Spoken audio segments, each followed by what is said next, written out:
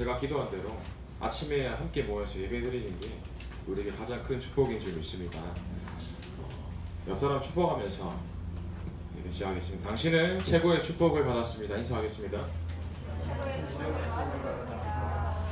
우리가 최고의 축복을 받았기 때문에 최고의 축복을 받았다는 그 말 자체가 우리는 다른 사람을 부러워할 수 있는 내용도 없고, 다른 사람들이 우리를 봤을 때 저 사람은 최고의 축복을 받았구나, 불신자들이 우리 봤을 때도 저 사람처럼 되고 싶다, 참 부럽다라는 말이 나올 정도로 우리가 그 응답을 누려야겠죠. 전사님이 그 중고등학교 시절 때, 요즘 이제 2000년생들은 잘 모르겠지만 어떤 게 좀 남들의 부러움이 대상이 되었냐, 누가 조금 더 좋은 전자사전을 가지고 있는지, 그게 참 이제 부러움이 대상이었어요. 여러분 잘 모를 거예요. 전자사전이라는 게 있었는데, 또 그 중에서 예전에는 스마트폰이 없었기 때문에 백과사전 아니면 영어 시간 때 전자사전을 이제 수업 때 검색하면서 썼어요. 이제 그게 약간 좀 부의 상징과 남들의 부러움의 대상을 사는. 요즘은 뭐 이제 아이폰 내가 12다 이러면 이제 딱 뭔가 자부심 있고 그게 있겠지만, 예전에는 전자사전이라는 게 있었거든요. 그래서 어떤 전자사전을 갖고 있었냐면 그 샤프라는 전자사전을 갖고 있었어요. 2000년생들은 샤프가 뭐야? 뭐 글 쓰는 게 샤프 아니냐 할 수 있는데, 샤프라는 회사가 있었어요. 샤프라는 회사가 샤프 빼고 모든 걸 다 만들었거든요.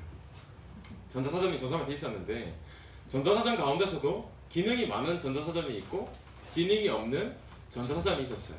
그 전사전이 뭐였냐? 그냥 딱 오로지 전자사전만 되는 기능. 근데 어떤 친구가 듣도 보도 못한 기능을 가진 전자사전을 갖고 왔는데, 그 기능을 보니까 안에 전자사전인데 테트리스가 가능하더라고요. 그 중학생이 제 눈으로 봤을 때는 저거 너무 갖고 싶다. 옛날에는 이제 그런 휴대폰에 대한 개념이 이제 뭐 문자나 이 정도였으니까. 또 보니까 전자사전으로 그 컴퓨터 AI랑 오목이 되는 거예요. 오목이. 쉬는 시간만 되면 그 아이 주변에 몰려가지고 전자사전 공부하라고 사줬는데, 전자사전 가지고 막 게임하던 기억이 나는데, 정사님 때는 그 전자사전이 좀 다른 사람의 부러움을 사는 그런 부러움의 어떤 도구였단 말이에요. 선생님이 말이 왜 하냐면, 세상은 가면 갈수록 발전하고 있어요. 사회도 발전하고, 예전에는 전자사전 하나 때문에 막 부럽다 하는 정도였는데, 요즘은 뭐 휴대폰만 켜면 사전뿐만 아니라 안 되는 게 없잖아요. 사실은 세상이 너무나 발전해 가고 있는데, 사람들은 세상이 발전하더라도 내가 더 병들어 가는 거예요. 세상은 가면 갈수록 발전하고 지식이 높아지고 하지만 삶은 편리해지지만, 사람들이 내 속에 있는 문제는 더욱더 해결이 안 되는 거예요. 듣도 보도 못한 정신병이 계속 늘어나고, 듣도 보도 못한 질병이 계속 늘어나고. 왜 그런가 했을 때, 세상은 성공과 물질 중심으로 돌아가는 게 아니거든요. 오늘 이 시간 우리 제가 기도했던 것처럼 아침에 나와서 내가 예배드리는 이 축복이 나에게 가장 큰 축복이구나, 오늘 고백하시면서 예배에 성공하기를 저는 소망합니다. 그래서 오늘 이 시간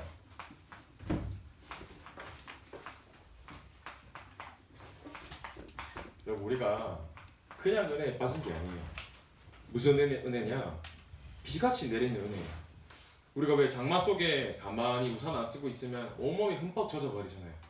하나님께서 우리가 그냥 은혜를 받은 게 아니라 비같이 내리는 은혜 가운데 은혜를 우리에게 퍼부어 주셨다고 강단에서 말씀하시는 거예요. 그러면 내가 받은 은혜가 뭐냐? 내가 지금 이 예배의 자리에 앉아있지만 내가 하나님께서 나를 불신자 상태 속에서 죽을 수밖에 없었는데 나를 구원하셔서 이 예배의 자리로 부르시고 하나님께 예배 드릴 수 있는 하나님 자녀로 나를 부르셨구나. 오늘 이 하나가 여러분들이 예배 드리는 시간에 내 입술에서 고백이 되어져야 돼요. 예배 드리는데 아이고 졸리다, 예배 드리는데 내일 해야 될 숙제 있는데 어떻게 해야 되지, 이런 생각하는 게 아니라 지금 이 시간만큼은 하나님께 오로지 집중하면서 내가 받은 축복이 너무나 큰 축복이구나 고백하신 우리 중고등부 되기를 소원합니다. 그래서 내가 받은 축복 중에 축복이 뭐냐? 지금 이 시간에 예배의 자리에 있는 줄 믿습니다. 아침에 어떻게 왔건, 뭐 밤을 새서 왔건, 뭐 엄마가 억지로 가라 해서 왔건, 어떻게든 여러분들이 내가 일어나서 이 자리에 온 것처럼 느껴지지만 하나님께서는 여러분들을 이 예배의 자리로 인도하신 거예요. 내가 지금 예배의 자리에 있는데 어떤 게 가장 큰 축복이냐? 그냥 예배가 아닙니다. 내가 바르게 예배드리는 것이 가장 큰 축복이에요. 예배 시간이 물론 뭐 찬양 듣고 말씀 공감하고 설교 듣고 할 수 있는데 예배는 평가하는 시간이 아니거든요. 나도 모르게 예배 드리면서 오늘 예배는 뭐 재밌었네, 오늘 예배는 내 귀에 조금 남았네. 예배는 평가하는 시간이 아니에요. 좋다 나쁘다, 목사님의 설교가 재밌다, 뭐 성가대 찬양이 은혜롭다, 이 수준은 바른 예배가 아니거든요. 지금 이 시간 여러분들이 어떤 예배가 돼야 되냐? 나는 죽고 그리스도만 남는 시간. 지금 이 시간 여러분의 생각이, 내 생각이 완전히 내려놓아지고 내 생각과 마음이 오로지 그리스도로 충만한 시간이 되도록, 오늘 이 시간 여러분들이 내 주인이 진짜 예수 그리스도가 나의 주인이 되도록 고백하면서 예배를 드려보세요. 그때 하나님께서 성령으로 역사하십니다. 이때 오는 최고의 축복과 응답이 뭐냐? 갈라디아서 2장 20절 말씀이거든요. 전사님이 가장 좋아하는 성경 구절인데 갈라디아서 2장 20절에 바울이 고백합니다. 내가 이때까지 내가 가진 게 너무나 많고 내 지식도 많고 내 생각도 많았지만 이제는 그게 내 수준인 걸 알았던 거예요. 바울이 뭐라고 하냐? 나는 이제 죽는다고 고백합니다. 내가 그리스도와 함께 십자가에 못 박혔나니 그런즉 이제 내가 사는 것이 아니요 오직 내 안에 그리스도께서 사시는 것이라. 내가 사는 게 아니라 내 안에 누가 산다고요? 오직 그리스도만 사는 거예요. 여러분들 학교에서 공부도 하고 숙제도 하고 친구도 만나고 문제 가운데 할 게 너무 많잖아요. 그런데 내 인생의 주인이 내가 되면 내가 하고 싶은 대로 살아가는 거예요. 내 마음대로 살다 보니까 문제를 겪으면 내 수준으로 해결해야 되고, 어떤 상황을 만났을 때 내가 주인이면 내가 주인이니까 내 문제 내가 해결되잖아요. 바울이 뭐라고 합니까? 나는 죽고 내 안에 오직 누가 사신다고요? 그리스도께서. 그래서 이제 내가 육체 가운데 사는 것은 나를 사랑하사 나를 위하여 자기 자신을 버리신 하나님의 아들을 믿는 믿음 안에 사는 것이라. 우리가 이제 살아가는 게 내 인생 내 뜻대로, 내 미래, 내 어디 대학까지, 나 뭐 먹고 살아야 되지, 어떻게 살아야 되지 하는 게 아니라 온전히 나의 삶을 나의 주인이신 예수 그리스도께 맡기는 시간이 오늘 여러분들이 축복을 누리실 바른 예배인 줄 믿습니다. 그래서 오늘 이 시간 다른 거 붙잡지 마세요. 오늘 예배드리는 이 시간이 나의 주인이신 예수 그리스도께 나의 삶을 드리는 예배의 축복 되시기를 소망합니다. 그래서 바른 예배가 왜 중요하냐? 히브리서 11장을 딱 펴면 믿음의 사람들이 나와요. 믿음의 조상들이 쭉 나열되는데 처음 11장 4절에 딱 펼치면 나오는 인물이 누구냐? 아벨이 나오거든요. 사실은 아벨은 성경에 딱 펼쳐보면 한 게 별로 없어요. 사실은 세상 사람들의 눈으로 봤을 때 아벨은 어떻게 보면 실패한 인생일 수도 있거든요. 젊은 나이 예배드리다가 자기 형한테 돌에 쳐맞아서 죽게 된단 말이에요. 세상의 눈에 봤을 때는 저 뭐 아무것도 하지 않다가 형한테 돌 맞아 죽은 불쌍한 아이라고 생각할 수 있는데 아닌 거예요. 히브리서 11장 사람들의 족보를 펼치자마자 나오는 첫 번째 사람이 아벨이거든요.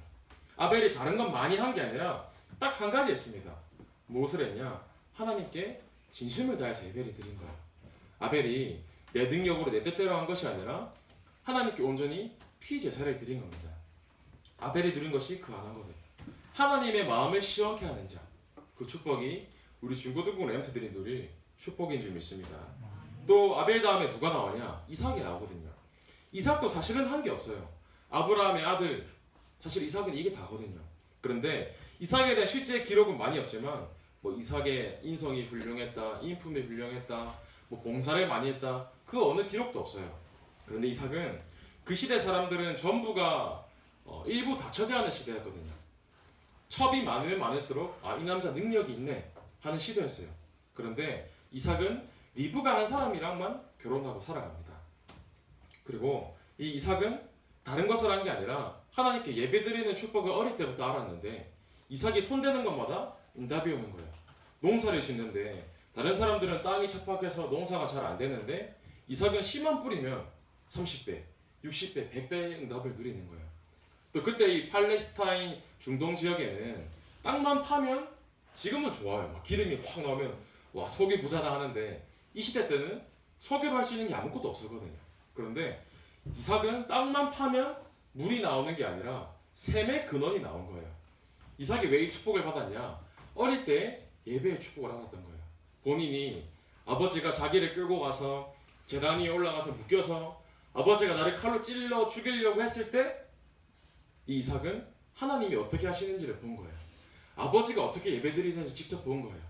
그래서 그 응답 속에서 나 대신 이 순양이 묶여서 창자가 다 꺼내지고 불에 태워지는 그 냄새를 맡으면서 이삭은 어릴 때 그 예배라는 것이 머릿속에 딱 각인이 된 거예요. 내가 이 양처럼 죽어야 되는데 예수 그리스도께서 나를 대신해서 피를 완전히 흘리시고 그 언약을 구약 때 피라는 언약을 제대로 깨달은 거예요.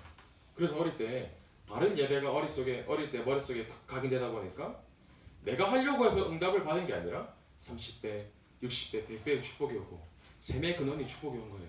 여러분들이 공부를 열심히 하잖아요. 사실은 공부할 때 내 뜻대로 잘 안 되잖아요. 사실은 머릿속에 잘 외워지지도 않고 시험 치려고 하는데 성적이 잘 나오지도 않고 기도는 한단 말이에요. 하나님 저 세계복음 알 거니까 저한테 지혜 주세요. 그런데 한 개 먼저 회복해야 될 게 있어요. 뭐냐? 이 바른 예배예요. 내 업과 학업과 직장에서 내가 축복받기 위해서 몸부림치는 게 아니라 다른 것 한 게 아니라 내가 진짜로 바르게 하나님께 예배 드릴 때 하나님께서 모든 축복을 응답하시고 인도하실 줄 믿습니다. 그래서 오늘 여러분들이 예배 드릴 때 한 가지 한번 도전해 보세요.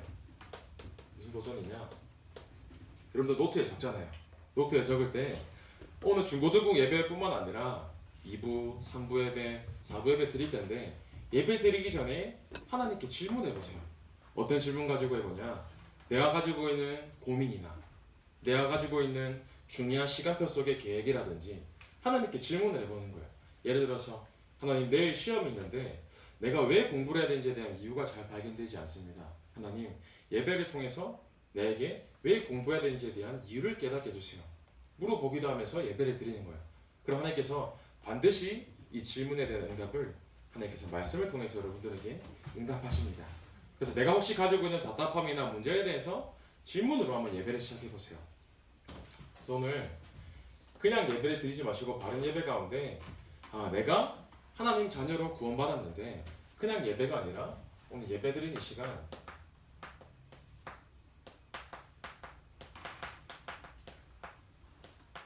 내가 은혜에 깊이 풍덩이 빠져야겠구나. 여러분 에베소서 2장 8절에 보면 내가 믿어서 하나님 자녀가 된 게 아니라고 말씀하십니다. 에베소서 2장 8절에 너희가 그 은혜에 의하여 믿음으로 말미암아 구원을 받았으니 이것은 너희에게서 난 것이 아니요 하나님의 선물이라 말씀하십니다. 내가 영접하고 내가 입으로 고백해서 하나님의 자녀가 된 게 아니라 하나님께서 은혜로 말미암아 우리를 믿게 하셨어요. 여러분들은 삶 속에서 예배를 드리겠지만 은혜에 깊이 빠지면서 내가 은혜가 아니면 절대 안 되구나. 하나님께서 절대 은혜로 나를 살리셨고 은혜 가운데 살게 하시는구나. 이 축복이 예배 가운데 매일매일 고백되어지기를 소망합니다. 그래서 왜 이게 절대 은혜냐?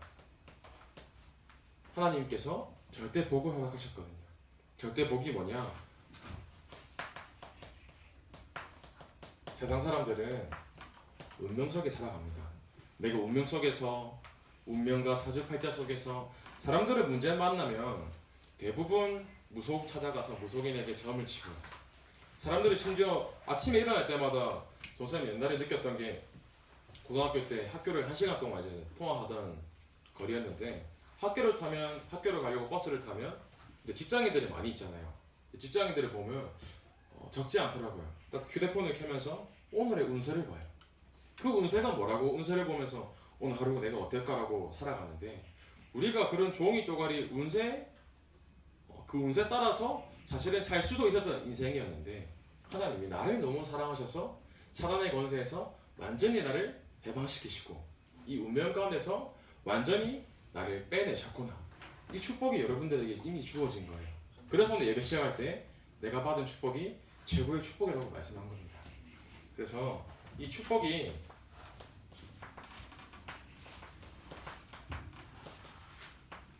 날마다 고백되어져야 돼요. 무슨 축복이냐? 나의 신분이 구원받았고 나의 신분이 하나님 자녀인 신분을 통해서 내 우상 속에서 종교 속에서 살아야 되는데 나를 완전히 출갈대화 시키셨구나. 사람들은 우상 속에 살아갑니다. 아브라함 아버지가 갈대아 지역에서 살았단 말이에요. 갈대아 지역이 어땠냐? 우상을 완전히 섬기던 달을 우상으로 섬겼던 민족과 지역이었는데 우리가 자칫 잘못하다 보면 우상 속에서 살아갈 수가 있어요. 우상이 뭐냐? 그냥 뭐 부처 상이다 그게 우상이 아니라 나도 모르게 내 생각에 들어있는 돈, 나도 모르게 내 생각에 들어있는 좋은 학교, 나도 모르게 내 생각에 들어있는 다른 사람이 나를 봤을 때 부러워할 만큼 내가 눈에 드러나는 것들이에요. 요즘 대부분들이 이게 어디서 드러나냐면 SNS에서 많이 드러나요. 뭐 인스타그램이다, 페이스북이다. 조금 더 좋아요 받으려고 몸부림칩니다. 왜냐? 내가 내 속은 사실은 병들어 있는데 사람들에게 칭찬받고 싶은 거예요. 사실은 뭐 소통한다고 하는 개념이 될 수 있지만 소통하는 창구로서는 되게 좋은 거예요. 그런데 보면 간혹가다 그 인스타그램이나 페이스북, SNS에 목숨을 걸고 하는 사람들이 있거든요. 왜냐? 내가 드러나야 되거든요. 다른 사람한테 인정받고 싶고. 왜냐? 완전 돈과 성공에 사람들이 빠져 있거든요. 근데 우리를 하나님께서 이 갈대아에서 건지신 줄 믿습니다. 그래서 우리가 이 축복과 복으로 행복해야 되는 거고 행복한 겁니다. 내가 돈으로 행복해야 되고 좋은 학교로 행복해야 되고 좋은 직장으로 행복해야 되는 게 아니라 나의 행복의 기준이 이제는 운명과 갈대아 속에 있는 것이 아니라 하나님이 나와 함께 하시는 것이 가장 큰 행복이구나.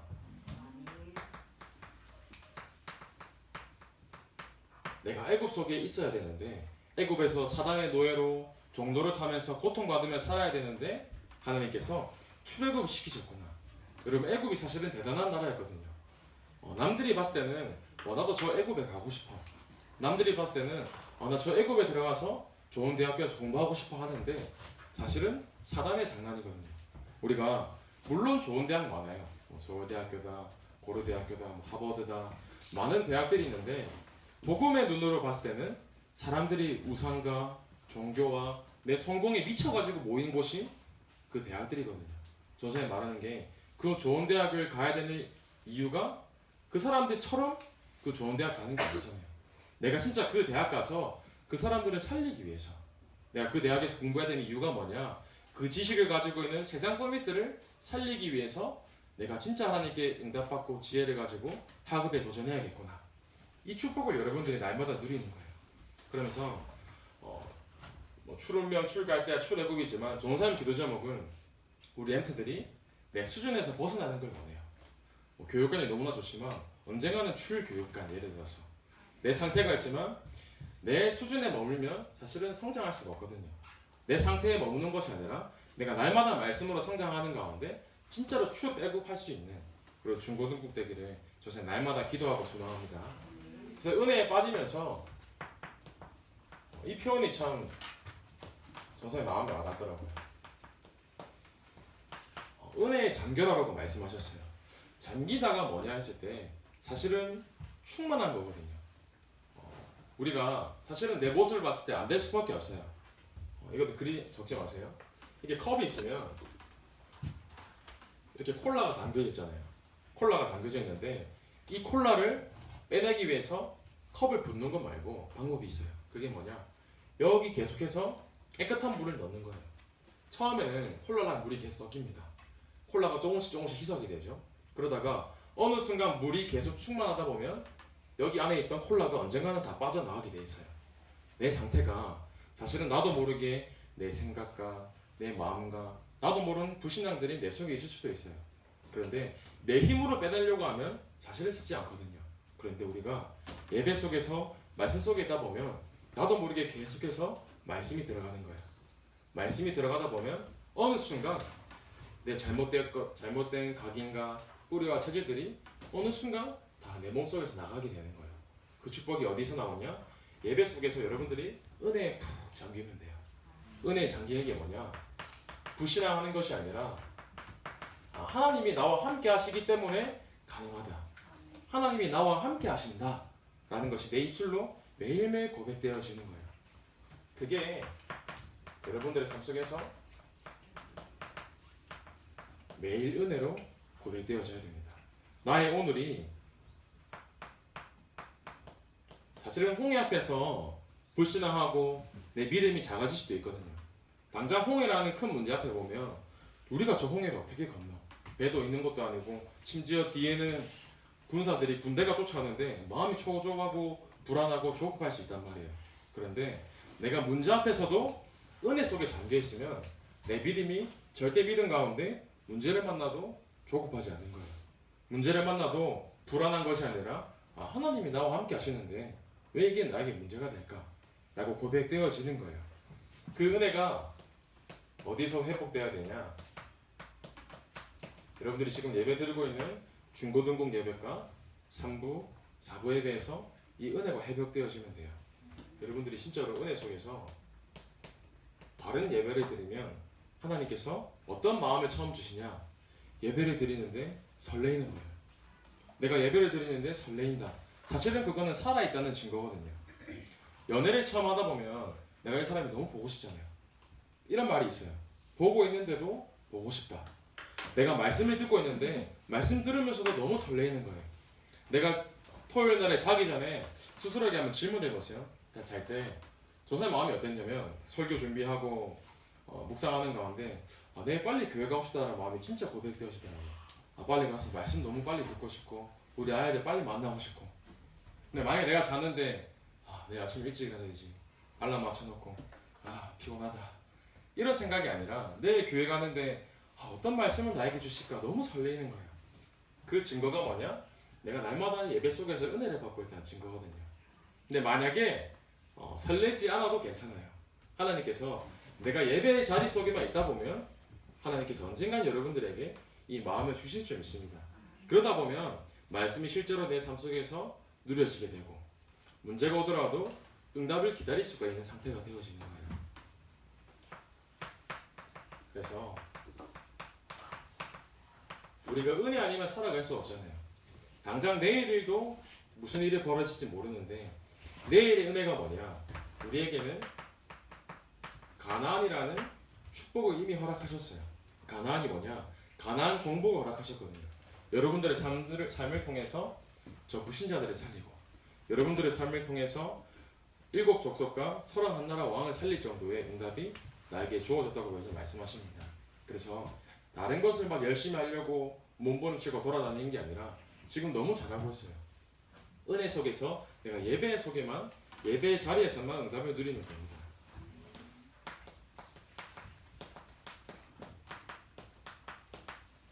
그러다 보면 이 은혜가 점점점 차고 난 다음에 은혜가 넘치게 되는 거예요. 은혜가 넘치면 주변에 있는 사람들이 봤을 때도 은혜가 넘치는 게 보일 정도로 은혜가 넘치면 다른 사람들에게 영향을 줄 수밖에 없거든요. 엄마 아빠가 내 아이를 보는데 참 이 아이를 보지만 참 이 아이는 뭔가 편안해 보인다. 친구들이 이 아이를 보는 랩런트들을 보는데 친구가 고백하는 거예요. 야, 너는 얼굴 보니까 왜 이렇게 편안해 보이니? 그 증거가 뭐냐? 은혜가 넘치면 되는 거예요. 삶 속에서 어떻게 은혜가 넘치냐? 매일매일 나의 삶이 말씀이 고백되어지고 말씀이 누려지고 기도가 되어지는 게 은혜가 넘친다는 증거거든요. 그래서 은혜가 넘칠 때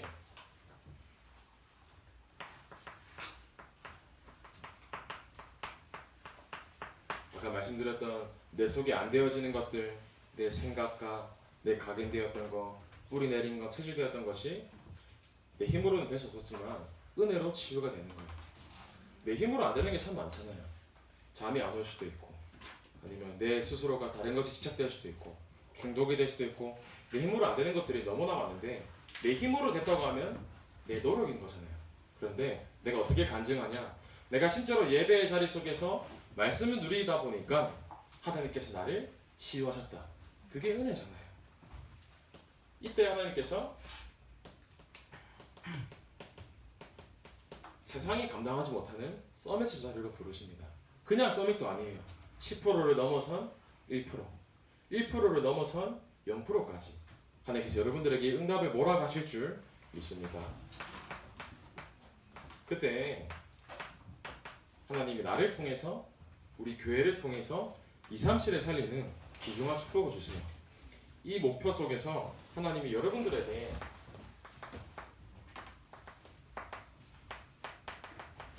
하시고자 하는 계획과 목표가 있거든요. 내가 하나님이 무엇을 원하시는지 아직 발견이 되지 않았다. 그러면 더 큰 인물인 거예요. 아직까지 발견되지 않았단 말은 하나님께서 그만큼 커다란 축복과 은혜를 예비하신 줄 믿습니다. 그래서 내가 아직 하나님이 내게 무엇을 원하시는지 발견되지 않아도 괜찮아요. 내가 말씀 속에서 은혜 속에 계속 빠지고 은혜에 잠겨 있다 보면 하나님이 내게 무엇을 원하시는지 발견되어질 줄 믿습니다. 저는 어떻게 결론을 내리냐? 오늘 선생님들과 분방 공부하면서 이런 대화를 좀 나눠봤으면 좋겠어요.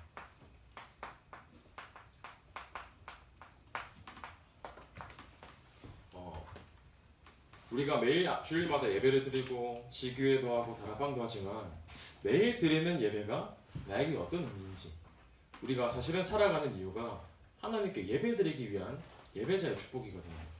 내가 하루를 살아감에 있어서 공부하기 위해 삶을 산다, 그건 아니잖아요. 내가 돈 벌기 위해 삶을 산다, 그건 아니거든요. 내가 살아가는 삶의 이유와 목적이 하나님께 예배드리는 거란 말이에요. 그래서 오늘 예배 시간 끝나고 선생님이랑 포럼할 때 선생님, 제가 생각하는 예배는 이랬어요. 포럼하기도 하고, 또 선생님께서 누리시는 예배에 대한 축복을 아이들과 말씀을 통해서 소통하기도 하고요. 그래서 선생님 기도 제목이 진짜로 우리 중고등부 랩런트들이 예배 속에서 응답받아서 예배 속에서 받은 응답을 날마다 간증거리가 풍성할 만큼 축복받는 게 선생님 기도 제목이거든요. 다른 것 하지 마시고 하나만 붙잡으세요. 뭘 붙잡냐? 내가 이 넘치는 은혜 가운데 예배 속에 푹 빠져야겠구나. 내가 넘치는 은혜가 날마다 삶 속에서 내 입술로 말씀으로 고백이 되어지고 기도가 되어지고 이 증인의 축복을 누리는 것에 내가 조금 마음 닫고 도전해 봐야겠구나. 이 축복을 누리는 우리 귀한 중고등부 랩런트들과 선생님 되시기를 소망합니다. 살아계신 하나님 감사를 드립니다. 하나님께서 절대 은혜 가운데 우리를 하나님 자녀로 삼으시고 특별히 예배의 자리로 바른 예배의 축복을 누릴 수 있는 은혜 주심에 감사를 드립니다. 하나님, 오늘 하루 왼종일도 하나님께서 우리에게 주시는 하나님의 음성을 듣게 하시고 말씀 가운데 우리가 질문을 하게 하시사 하나님께서 우리가 생각하는 모든 것들에 응답하실 줄 믿사오니 오늘 하루 왼종일 하나님께 드리는 예배에 푹 잠기는 우리 중고등부 될 수 있도록 하나님께서 은혜 허락하여 주옵소서. 살아계신 예수 그리스도 이름으로 기도하옵나이다.